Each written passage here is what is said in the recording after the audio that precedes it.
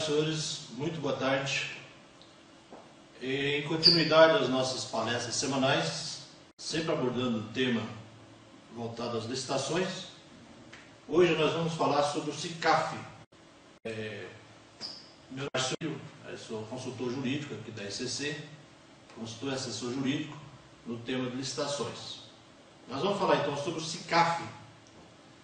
Para que serve o SICAF? O que é o SICAF? Como se cadastra? É obrigatório, facultativo? Então nós vamos falar um pouco sobre esse sistema do governo federal. O SICAF foi criado, na verdade, em 1992,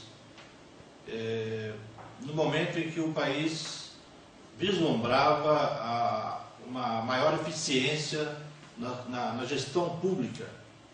E, através de um decreto, foi criado então o SICAF, que é o Sistema Unificado de Cadastramento de Fornecedores. Qual a intenção do SICAF? O SICAF, a orientação inicial, o motivo pelo qual foi criado, o objetivo, era fazer com que o governo federal tivesse um cadastro de fornecedores unificado, onde todos os componentes, licitantes, que quisessem participar de determinada licitação, teria que, na sua origem, no decreto original, teria que obrigatoriamente estar cadastrado no SICAF para participar de qualquer modalidade de licitação, seja concorrência, tomada de preços, seja concurso. Então não fazia distinção. O licitante era obrigado então a se cadastrar como condição de participar de licitações. Logicamente que a ideia continua sendo muito boa do SICAF. O SICAF é algo que veio colaborar nesse mundo gigantesco das licitações e facilitando, de um lado, a vida dos licitantes, que sendo desnecessário a apresentação de uma série de documentos toda vez que fosse participar de uma licitação, sendo que já tem um cadastro lá. Então não é necessário juntar todos esses documentos e apresentar novamente. Essa é a ideia do SICAF. Então, já tendo aquele cadastro, ele dispensa a apresentação dos documentos. Quais são os documentos? Na verdade, continua sendo ainda o SICAF hoje uma habilitação parcial, porque ele contempla documentos de habilitação jurídica, fiscal, e basicamente jurídica, fiscal, econômico, financeira. É possível também a qualificação técnica, mas nós sabemos que a qualificação técnica varia muito de caso a caso, de licitação para licitação. Basicamente o cadastro no SICAF então fica por conta da habilitação jurídica, a fiscal e a econômico-financeira. Muito bem. Com o advento da lei de licitações, em 1993, a Lei 8666, que é a Lei Geral de Licitações, que continua sendo a Lei Geral de Licitações, caiu por terra aquele decreto lá que criou inicialmente o SICAF, porque ele obrigava os licitantes a se cadastrar nesse sistema para participar de qualquer licitação. Mas a Lei 8666, que veio em 93, posteriormente, ela fez cair por terra essa obrigatoriedade, porque a gente sabe que não é obrigado, a lei não obriga nenhum pré-cadastro como condição de participar de licitação. Então, através também de muitas críticas que houve na época com relação a essa obrigatoriedade, chegou então as reclamações de vários licitantes, muitos juristas também, doutrinadores, criticaram essa obrigatoriedade, foram contra, contestaram essa obrigatoriedade, e aí, por orientação do próprio TCU, acabou que caindo por terra aquele decreto original que criou o SICAF.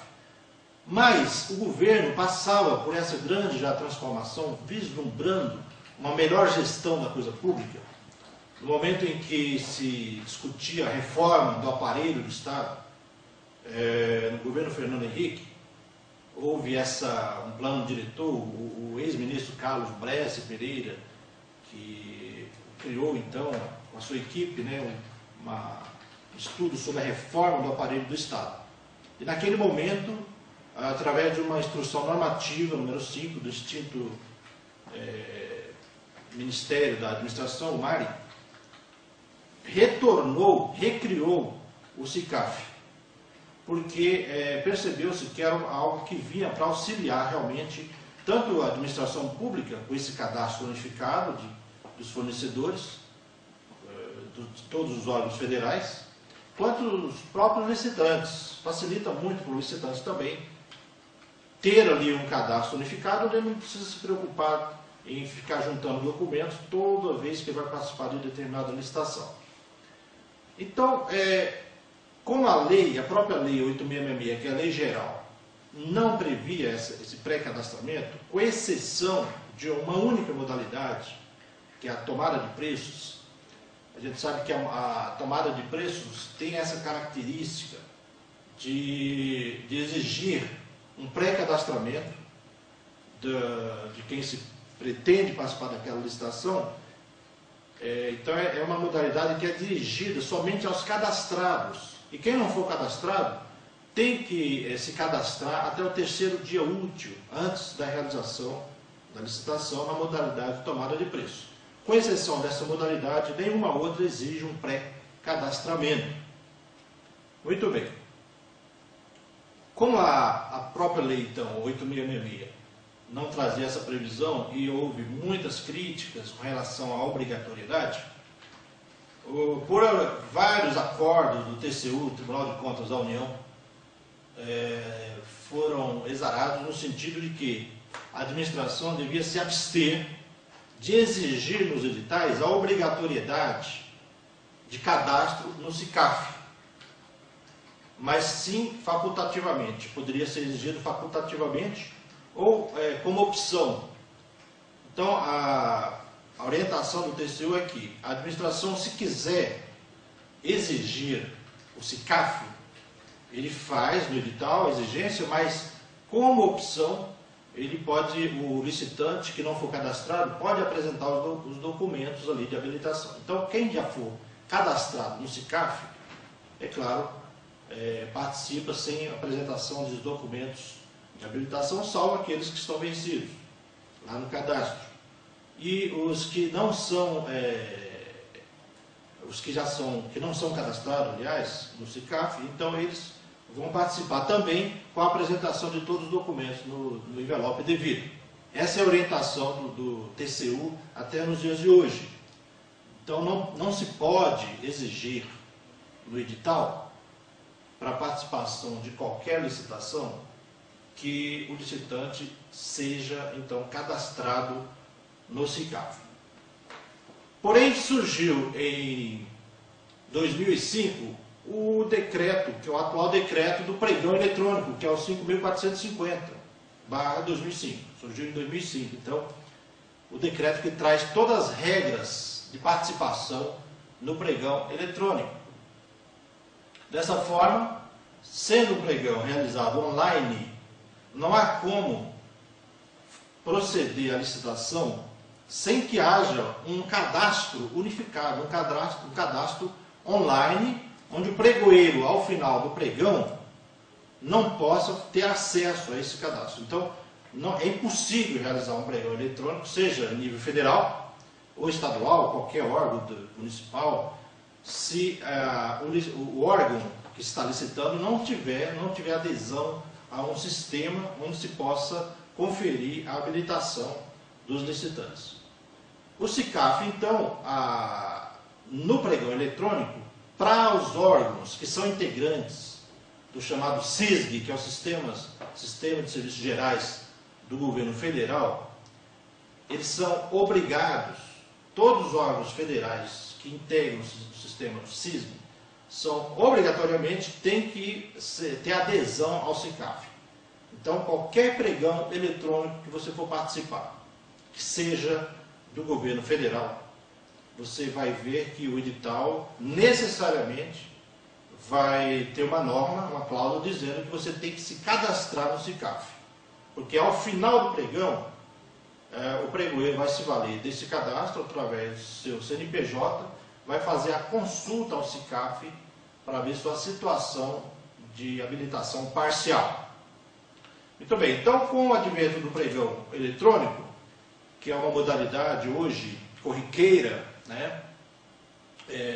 Hoje o próprio decreto prevê lá que as compras de bens e serviços que sejam definidos como bens comuns e serviços comuns, a maioria deles hoje são, por força de decreto, são realizados através da modalidade pregão eletrônico. E o próprio decreto diz o seguinte: quando o governo for adquirir bens ou serviços que se definam como bens e serviços comuns, obrigatoriamente terá que ser feito através da modalidade pregão. E logo em seguida o decreto diz que, preferencialmente, na sua forma eletrônica. E quando não for possível fazer na forma eletrônica, a administração terá que justificar nos autos do processo o porquê que não realizou o pregão na forma eletrônica. Muito bem, sendo realizado na forma eletrônica, então, ao final do pregão, o pregoeiro, seja ele de qual administração que ele estiver participando, se for em qualquer lugar do país, em qualquer plataforma, ele terá que consultar um sistema online para conferir a habilitação do vencedor no preço, para ver se o sujeito está realmente habilitado. Então, uma confusão que a gente percebe que muitos licitantes fazem é confundir o cadastro no SICAF com o cadastro nas plataformas, onde se realizará o pregão, efetivamente o pregão.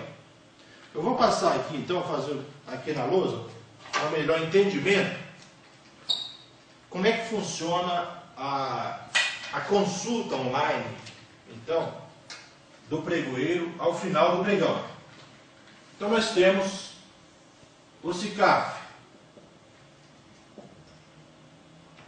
SICAF, a sigla é SICAF, que significa, então, Sistema Unificado de Cadastro de Fornecedores. E nós temos também as diversas plataformas onde são realizados os pregões. Diariamente, a cada minuto, sai um pregão novo por todo o país. Então, nós sabemos que as plataformas mais conhecidas, mais antigas, são o Comprasnet. Comprasnet, que agrega o sistema do SICAF por ser a plataforma do governo federal. Comprasnet, www.comprasnet.gov.br. Muito bem.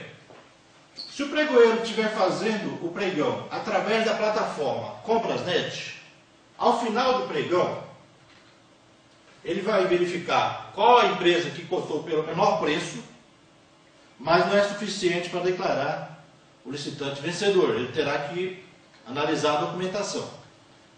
Então, com o CNPJ aqui do fornecedor que cotou pelo menor preço, ele vai fazer uma consulta junto ao SICAF para ver a habilitação daquela empresa, daquela licitante, se está ok, habilitação parcial. O SICAF vai informar, então, vai estar lá no banco de dados do SICAF, a situação daquele licitante. Muito bem. O pregoeiro, então, irá solicitar ao licitante vencedor aqui os demais documentos complementares, que é para juntar com as informações que vieram lá do SICAF, mais alguns documentos complementares que não constam do SICAF, para só então declarar vencedor aquele licitante. Muito bem. Como é que funciona? Como é que eu faço o cadastro no SICAF? Você vai clicar no site do Comprasnet, que é o comprasnet.gov.br. No próprio site Comprasnet, tem lá um íconezinho de acesso livre, onde você vai clicar e vai te encaminhar lá, entre outros, para o SICAF. Você clicando lá no SICAF, você vai ter toda a explicação ali, bem didática, a forma como é que você vai se cadastrar. Você vai cadastrar uma pessoa que vai ser a responsável pelo cadastro, e ali vai dar todas as orientações de quais os documentos você deve juntar e se dirigir até uma unidade cadastradora que vai indicar, e você vai escolher dentre aquelas a que melhor lhe sirva, que for mais perto da sua sede, do seu local. Também você deve fazer um pré-cadastro, hoje é exigido no cadastramento do SICAF, você faz um pré-cadastro, onde serão lá solicitadas algumas informações de qualificação de jurídica, técnica, econômico-financeira, fiscal, e você vai preencher toda aquela documentação. É uma habilitação, um cadastramento parcial que você faz ali, a primeira etapa. Na segunda etapa você imprime tudo aquilo lá que você preencheu e se dirige então até um daqueles órgãos que você escolheu, um órgão federal, Polícia Federal, INSS e outros, dentre outros. E você, então, lá no local, vai ter um local próprio naquele órgão que complementa esse cadastro seu. E você já sai dali cadastrado com a sua senha, tudo ok. Muito bem, então a diferença que a gente quer pontuar aqui é que você, estando cadastrado no SICAF, não é suficiente para você participar já de qualquer pregão. Porque o SICAF é o meio pelo qual você se habilita apenas. Você está habilitado, não tem mais a necessidade de enviar toda a documentação, porque já consta lá do SICAF, do Sistema Unificado. Então você está dispensado de enviar aquela documentação que consta do SICAF, mas deverá enviar apenas alguns outros documentos complementares. Isso facilita bastante, com certeza, a vida dos licitantes. Mas, mesmo hoje o SICAF tem recebido algumas críticas, no sentido de que os estados, não que o SICAF propriamente dito esteja recebendo a crítica, mas o sistema, o Brasil hoje, por conta do crescimento, dos investimentos e tal, tem recebido tantos investimentos, tantas verbas que são destinadas anualmente para as compras governamentais, que os estados também, de uns tempos para cá, resolveram criar seus sistemas de cadastro de fornecedores. Então, hoje a maioria dos estados já possuem também os seus sistemas próprios de cadastro de fornecedores. Então, distinguindo o SICAF de outros sistemas estaduais, nós vamos dar um exemplo aqui do estado de São Paulo. No estado de São Paulo é utilizada a BEC, a Bolsa Eletrônica de Compras, que é similar ao SICAF. O sistema funciona da mesma forma, onde o SICAF tem a sua finalidade para o governo federal, se presta a fornecer dados para licitações do governo federal, e a BEC, a Bolsa Eletrônica de Compras, para as licitações realizadas no âmbito do governo do Estado de São Paulo. Então, todos os órgãos estaduais aqui no Estado de São Paulo utilizam a BEC como plataforma de participação nos pregões. Então, BEC, CalFESP é um único sistema do Estado de São Paulo, é bem similar ao SICAF Comprasnet, porque na mesma plataforma tem um e outro, um faz parte do outro, um agrega o outro. Um é a plataforma e o outro é o órgão que informa a situação cadastral de habilitação do licitante. Muito bem.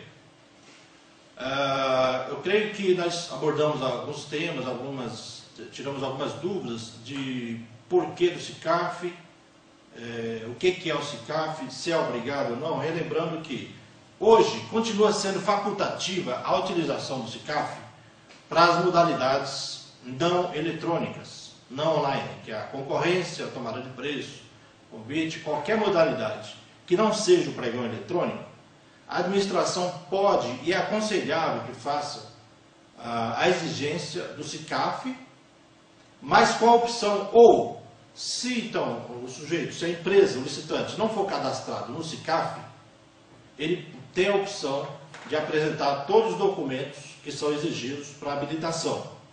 Essa é a orientação do TCU, a orientação da doutrina majoritária para o SICAF e os outros órgãos de informação tem que ser algo facilitador e não impositivo de forma que prejudique, que exclua potenciais licitantes que porventura não tenham o cadastro.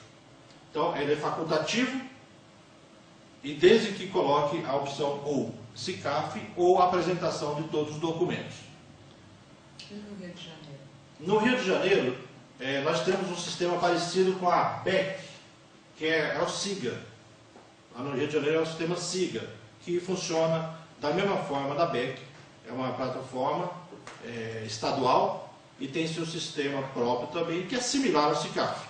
Assim que termina o pregão, o pregoeiro vai ter que consultar via online, através do CNPJ, daquele que ofertou pelo menor preço até então, e vai confrontar então a situação de habilitação daquele licitante, para só então declarar o mesmo vencedor do pregão.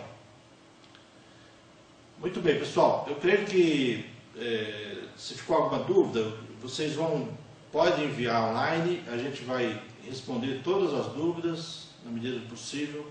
E lembrando que nós teremos curso nesse mês de junho. No dia 21 nós teremos o curso de licitação e no dia 22 teremos o curso de pregão, onde serão abordados todos esses temas com mais propriedade, onde teremos o prazer de tirar todas as dúvidas dos participantes que vierem aqui nos assistir.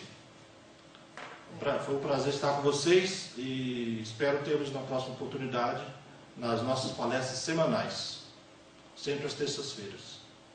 Boa tarde.